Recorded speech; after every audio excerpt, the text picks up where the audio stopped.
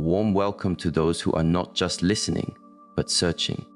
For those who feel a deep, seated knowing that the next podcast, the next book, the next guru's quote is not the answer. There is a moment in your evolution when you stop collecting information and start seeking transformation. You sense that the truth you are looking for is not another piece of data to be acquired, but a frequency to be embodied. It's already inside you, a quiet hum beneath the noise, waiting for you to stop talking long enough to finally hear it. But here is a dangerous secret, one that every person on a path of growth stumbles upon. The moment you have a breakthrough, the second an earth-shattering insight lands in your soul, you will feel an almost violent urge to speak it, to announce it, to find someone, anyone, and make them understand what you now see. This is the ego's great trap, disguised as a desire to share. And the ancient wisdom has a simple, brutal instruction for this moment: hold your tongue. Not because your discovery is a lie, but because a truth spoken too soon is a truth betrayed. It's like a photograph developing in a dark room.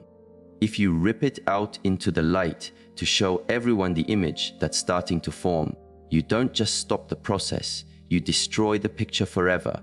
Some things require darkness. Some things require stillness. Some things require your silence to become real. What you are never told is that premature talk is a leak of power. We speak to get validation because we are not yet certain.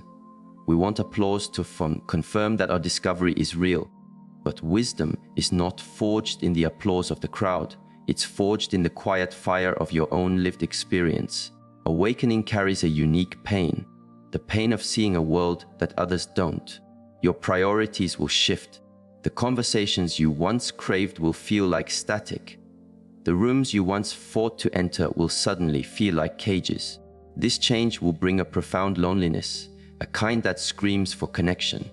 It will tempt you to explain, to justify your new path, to prove to your loved ones that you are not lost but found.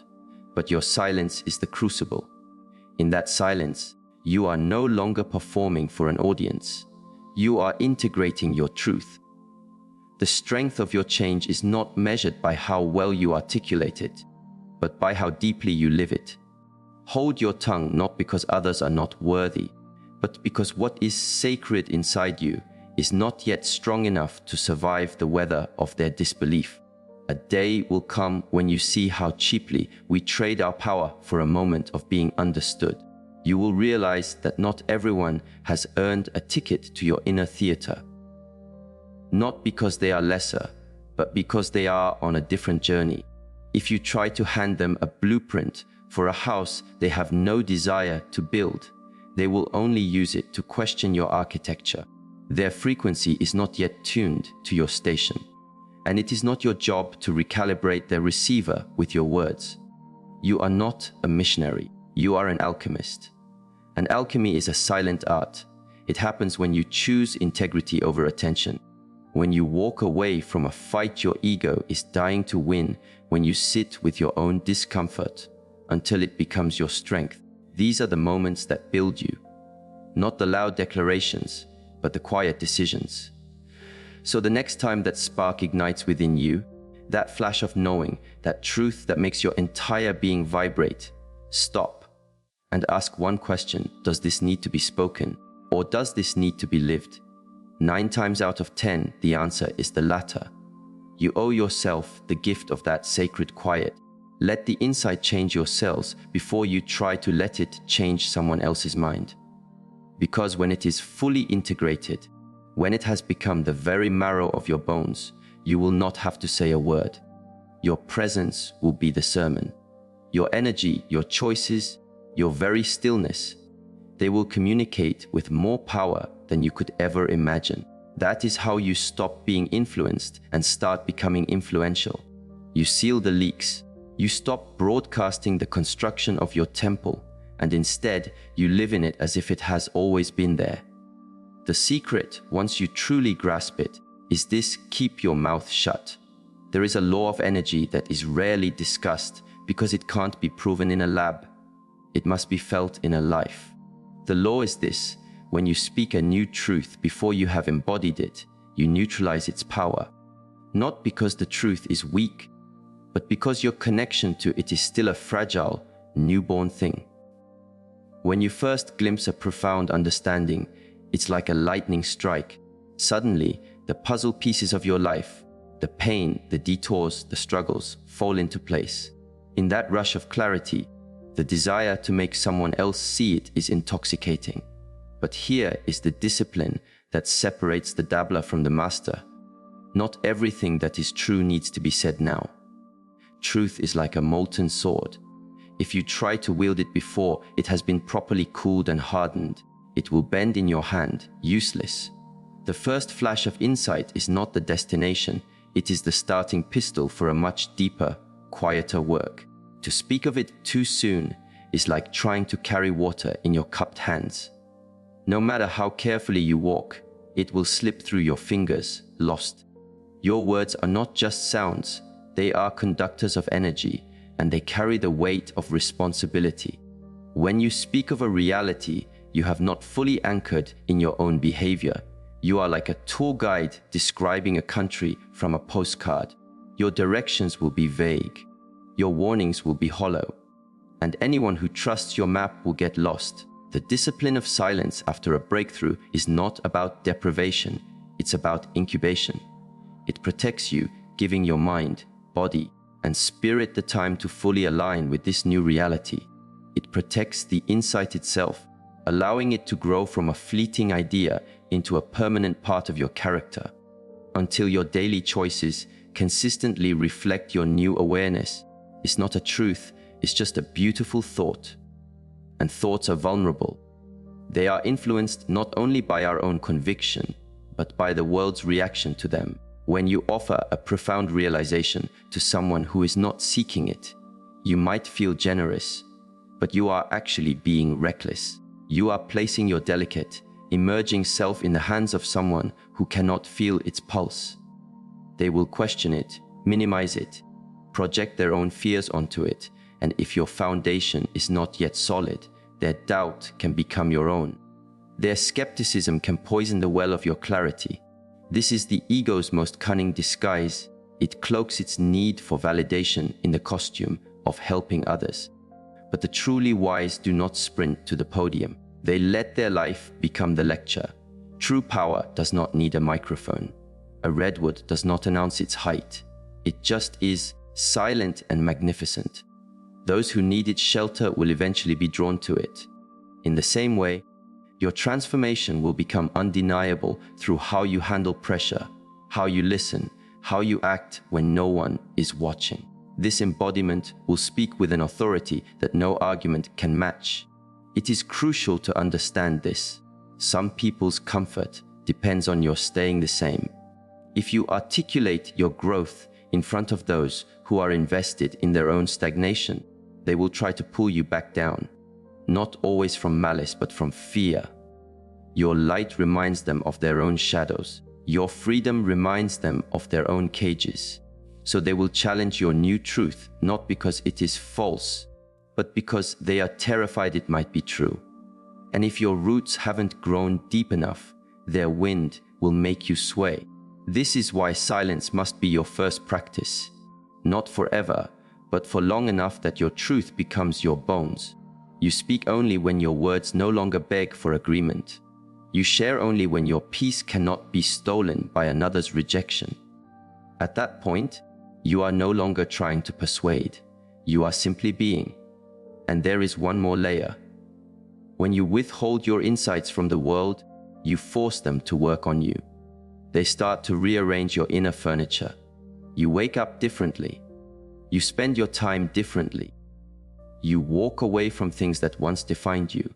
These are the quiet mechanics of real change. They don't make for a good story.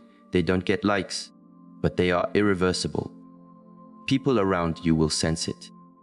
They may not have the language for it, but they will feel a new gravity in your presence, a new peace. That is the resonance of someone who has found a treasure and held it close long enough to be changed by it. So the next time you uncover something that feels true, resist the reflex to explain. Let your stillness be its guardian. Let your silence be its nourishment. Let your actions be its voice. And in time, when the seed has become a forest, you will find you don't need to say anything at all. People will come to you, not for your opinions, but for your presence. And when you finally do speak, they will hang on every word, not because of your volume, but because your silence made them ready to listen. That is untouchable power. That is knowing the truth and knowing when to protect it with your silence. There is a painful but liberating realization on the path of growth that most people are not equipped to handle. Not everyone is ready for your truth. Not everyone is meant to travel to the altitudes you have reached. And not everyone has the strength to hold the wisdom your soul has fought to uncover. When a deep understanding is revealed to you, it feels like a universal key. But the mistake is to believe it will open every lock. It won't. Especially not for those who haven't felt the pain of being locked in. Especially not for those who are still comfortable in the very prison you just escaped from. The essence of a profound truth is that it is a pattern interrupter. It exposes convenient lies. It demands that we change. And most people, when given the choice between comfortable illusion and uncomfortable truth, will choose comfort every time. So when you deliver a truth to someone who isn't asking for it, it will not feel like a gift. It will feel like an attack. Imagine you've learned to breathe underwater. You've spent years training, overcoming fear, adapting. Then you return to the shore and see people who have only ever known air. You, full of excitement, try to describe the world beneath the waves. You think you are offering them a new dimension of existence. But to them, your words sound like madness, like a dangerous fantasy. They will defend the reality of the shore, not because the ocean isn't real, but because their entire identity is built on solid ground. In life, resonance is everything. A truth offered to an unready heart is worse than a lie, it's a burden. This is why wisdom requires discernment. When you grasp something transformative, your first duty is not to broadcast it. Your first duty is to live it so completely that your life becomes the proof. Because if a person is not already searching for what you've found, your words will be nothing but noise, or worse, they will be perceived as judgment. This becomes agonizing when the people you love most are the ones who are not ready. You desperately want them to see what you see. You want to save them the pain you endured. You want to hand them the map. But transformation is not a shortcut. It is a pilgrimage that must be walked, not described. A grown oak cannot explain its journey to an acorn. It can only stand tall as an example of what is possible. Sharing your deepest insights with the wrong people is like trying to pour fine wine into a cup that is already full of mud. Not only is the wine wasted, but you are left feeling frustrated, foolish, and deeply alone. The pain you feel in that moment is not because your truth was invalid. It is because you offered a sacred thing to a space that was not sacred. There is also a hidden arrogance in the belief that it is your mission to awaken others. It is not. Awakening is an inside job. No matter how eloquent your words, no matter how pure your intention, they cannot penetrate a closed heart. You can want to shake them, to show them the world that awaits. But until they themselves are tired of their own story, your new chapter will mean nothing to them. This is why silence becomes wisdom's greatest ally. When you choose to be silent, you are not forsaking the truth. You are honoring it. You are saying, this is holy. This is not for casual debate. This is a powerful medicine, and I will not administer it to someone who has not admitted they are sick. Let your peace be the sermon. Let your integrity be the argument. Let the way you navigate crisis become the lesson. People do not follow logic, they follow energy. If you have truly integrated a powerful truth, it will realign your entire being, your posture, your choices, your voice. Others will notice. They may not understand it. They may even resent it at first. But when they are finally in enough pain, when they are finally ready to change, they will remember your peace. They will seek you out, And when someone asks from a place of genuine curiosity, then and only then is the door open. That is how wisdom spreads, not by force, but by magnetism. You live your truth so powerfully and so quietly that it becomes a beacon. Those who are ready to navigate by its light will find it. Until then, guard your treasure. Hold it in the sanctuary of your heart. Let it mature within you before you ever offer it to the world. The world may not be ready for you, but you must be ready for yourself. Because if you try to convince others before your own conviction is unshakable, you will be dragged back into the very consciousness you fought so hard to escape. And that is the quiet tragedy of sharing your power too soon.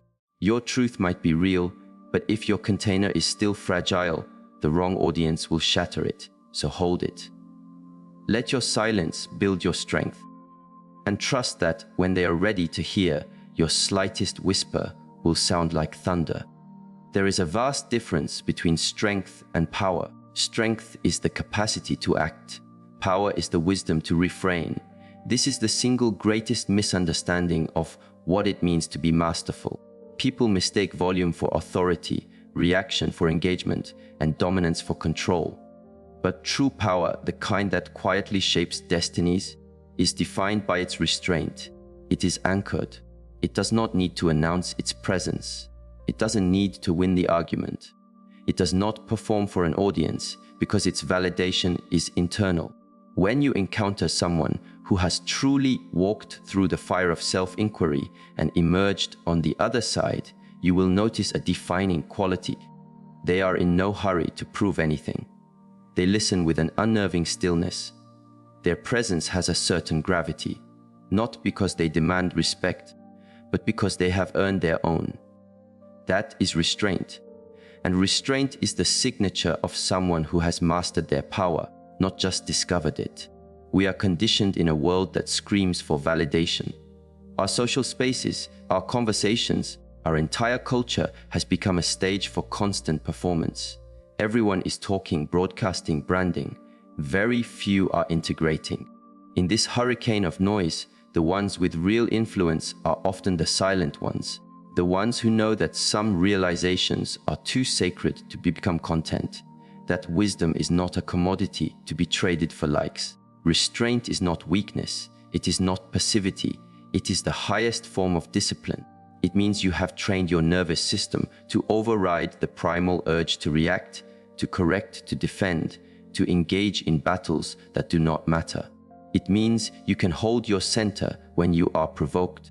It means you can let someone be wrong and not feel a compulsive need to fix them just to satisfy your own ego.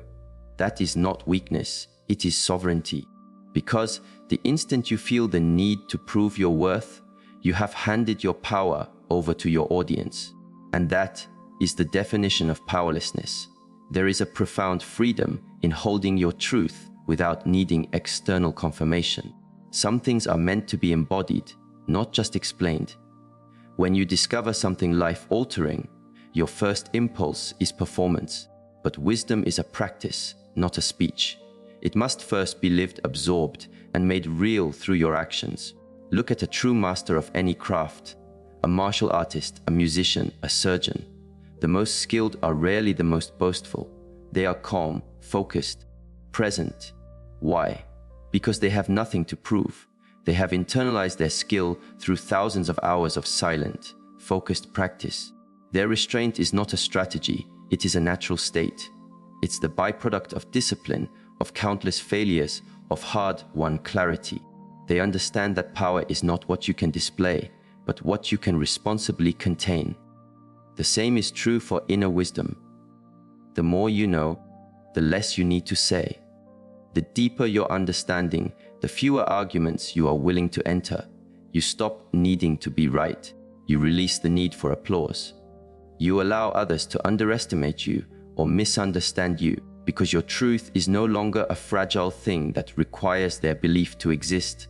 That is real power. Silent, unshakable self-sustaining. Restraint doesn't just protect your energy, it concentrates it. Every time you choose silence, when it would be easier to react, every time you choose presence when your ego wants to perform, you are refining your power. Instead of spraying your energy outward in a desperate attempt to convince, you channel it inward to deepen your own foundation. And with each act of conscious restraint, your awareness becomes sharper. You begin to see with perfect clarity who is worthy of your energy and who is not, which battles are yours and which are distractions, what is truth and what is merely noise. This clarity becomes your fortress. It allows you to respond to life, not just react to it. You move with intention, not compulsion. This is the birthplace of transformation, when your life ceases to be an endless reaction to external events and becomes a deliberate expression of your deepest truth. In the ancient schools of wisdom, restraint was the ultimate sign of maturity. It meant you had arrived at a place where your inner peace was your highest priority, and you would not allow any person or circumstance to compromise it. And the most potent aspect of this state is that other people feel it. They may not be able to articulate it. It might even make them uncomfortable, but they will feel your anchor. And over time, they will begin to treat you with a different kind of respect. Not because you demanded it with your words, but because your quiet self-possession made them curious about what you know. And when they finally ask, you'll be ready. You won't need to argue. You'll simply share, and your words will have weight because you waited, because you respected your truth enough to protect it, and because you didn't squander your power trying to show it off before its time. That is how you walk with quiet authority. That is what it means to know the secret and to honor it with your silence. There comes a point on any true path of growth where you understand that the most powerful statement you can make is no statement at all. Not because you are empty, but because you have finally understood that silence is a language in itself. And when wielded with intention, it communicates with more depth and authority than any argument or explanation ever could. Silence is not a vacuum of power. It is the very container of mastery. In the beginning of our journey, we are compelled to explain.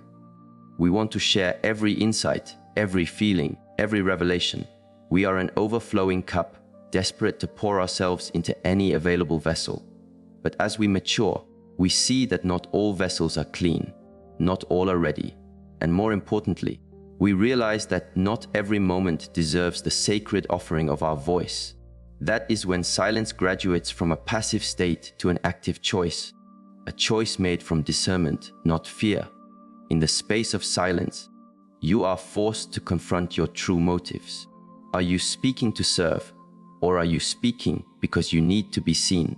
Are you arguing to reveal truth, or are you arguing because your ego cannot stand to be wrong?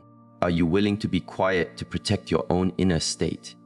Silence forces an honesty that speech allows us to evade. When you strip away the performance of words, all that remains is your being. And facing that being without the crutch of explanation is where the deepest transformation is born.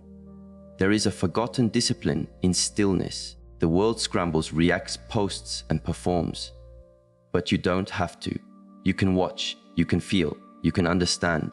You learn to perceive the truth not in the noise, but in the gaps between the noise. You start to see the unspoken anxieties, the hidden agendas, the masks that people wear. This is not magic. It is a heightened perception born from the quiet of your own mind. It is an intelligence that is cultivated in silence. Consider the grandmaster of chess. Their power lies not just in their knowledge of moves, but in their capacity for profound, silent observation. They wait, they are grounded, centered, unreadable. And when they finally make a move, it is not an impulse. It is a decisive act born from deep stillness. The same is true in the game of life. When you master silence, you no longer speak to fill a void. You speak to create value, and your choice to remain silent becomes a strategic act of power. In your relationships, silence can be a profound act of love. Sometimes, the people you care about don't need your solutions. They need your undivided presence. Sometimes, they don't need to hear your voice. They need the space to finally hear their own. When you stop flooding their process with your opinions, you give them the room to find their own clarity, just as you found yours. That is a silence born of trust. And when it comes to your own journey, silence is a sanctuary. You do not need to broadcast your struggles for them to be valid. You do not need to narrate your healing for it to be real. The most profound alchemy occurs in the quiet moments when you sit with yourself, without distraction or defense, and simply allow. You allow the pain, the joy, the confusion, the clarity. That is where you rebuild. In silence, the shattered pieces of yourself find their way back together, not because you forced them, but because you gave them the stillness to realign. Silence also acts as a shield for your vision. The more you talk about your goals, your dreams, your highest ambitions, the more you expose them to the corrosive energies of doubt, envy, and unsolicited advice. There is immense power in building in private, in moving without an announcement, in evolving without an explanation. Let your results be the noise. Let your peace be your statement. When you hold your intentions close, they are protected. They are no longer fueled by external applause, but by your own internal fire.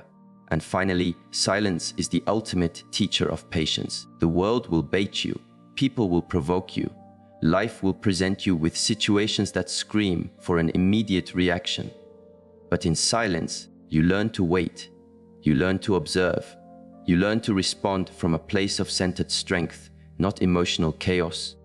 This doesn't mean you become a doormat. It means your words, when they are finally spoken, have an undeniable weight because they have been forged in the crucible of silence. This is the secret so many miss. They believe power is loud, that wisdom must be declarative, that truth must be shouted to have an impact. But those who have truly arrived know differently. They know that silence is not empty space. It is full. It is pregnant with your power, your depth, your wisdom. It is your boundary, your meditation, your ultimate weapon. So once you know something, truly know it in your bones. Resist the urge to prove it. Instead, live it. Let it guide you. Let it shape you. The world has enough noise. What it needs are more people with the courage to be silent until their voice truly matters. And when that moment comes, they will speak not to be heard, but to change the room. Until then, let your silence be your strength. The final destination of growth is not a mountain of words. It is an ocean of silence, an inner state of being that no longer requires explanation. Once you have tasted this, once you have felt the profound power that lives in quietude, you release the need to convince anyone of anything. You stop fighting battles your spirit has long since moved past. You stop chasing a version of yourself that needs to be seen to be real. You simply are, and this state of being is built in the moments no one sees. It's built in the choice to wake up early and sit with your own thoughts before the world tells you what to think. It's built in the late hours when you review your day, not with judgment, but with a desire for refinement. It is built in your patience. It is built in your restraint. It is built in the arguments you choose to walk away from, the victories you don't need to announce, and the pain you don't need to perform. There is an unshakable quality to the person who no longer needs to be loud. It is a power that is rooted, sovereign, and self-contained. It doesn't rise with praise or fall with criticism.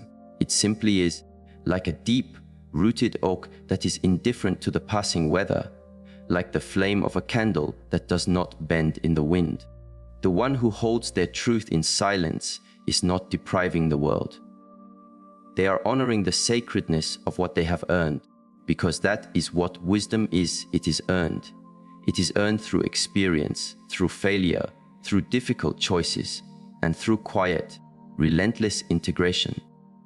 And the more profound the truth, the less you want to speak of it casually. Not because it's a secret, but because you respect its weight. You understand that it is not for entertainment, it is for transformation. And before it can transform anyone else, it must first be allowed to complete its work in you, so you carry it inside you. You let it temper your reactions. You let it clarify your vision. you let it dissolve your ego. And you let it become your compass, a true north that is reliable even in the most disorienting storms.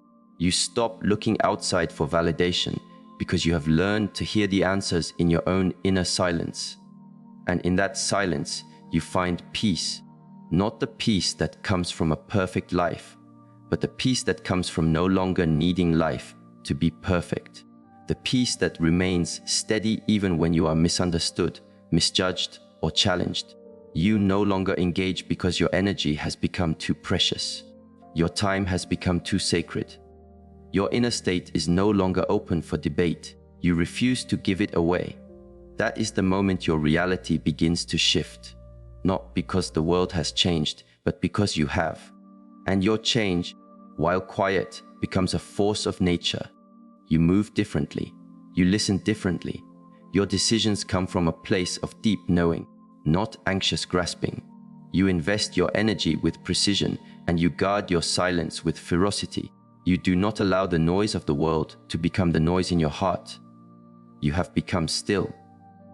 And in that stillness, you have become invincible. People will feel this long before they can name it. They may not know why they are drawn to your stability, why your words, when spoken, land with such impact, why your calm feels like a refuge. It is because you have done the work that most people avoid. You have gone inward. You have sat in the silence long enough to know that not everything needs a voice. Not every truth requires a stage. Some are meant for you alone. So when the world tries to pull you back into its drama, when it dangles the bait of applause, of being right, of being recognized, remember this: you are not here to make a point. You are here to be a presence, clear, anchored, and real. And sometimes the most real thing you can do is to say nothing at all. Let your life be the evidence of what you know. Let your actions be the sermon. Let your silence speak so loudly that your words become unnecessary. That is how you command respect without demanding it. That is how you create change without force. That is how you protect your power and continue to evolve uninterrupted. Because once you have found the secret, once you have tasted a clarity that cannot be bought or borrowed, you will understand that you must guard it, not from the world, but for yourself, so it can continue to guide you, to refine you, and to do its silent, miraculous work within you. In a world obsessed with being heard, choose the power of listening. In a world addicted to reaction, choose the discipline of stillness. And in a world desperate for attention, choose the quiet path of becoming so real, they will feel you long after you've left the room.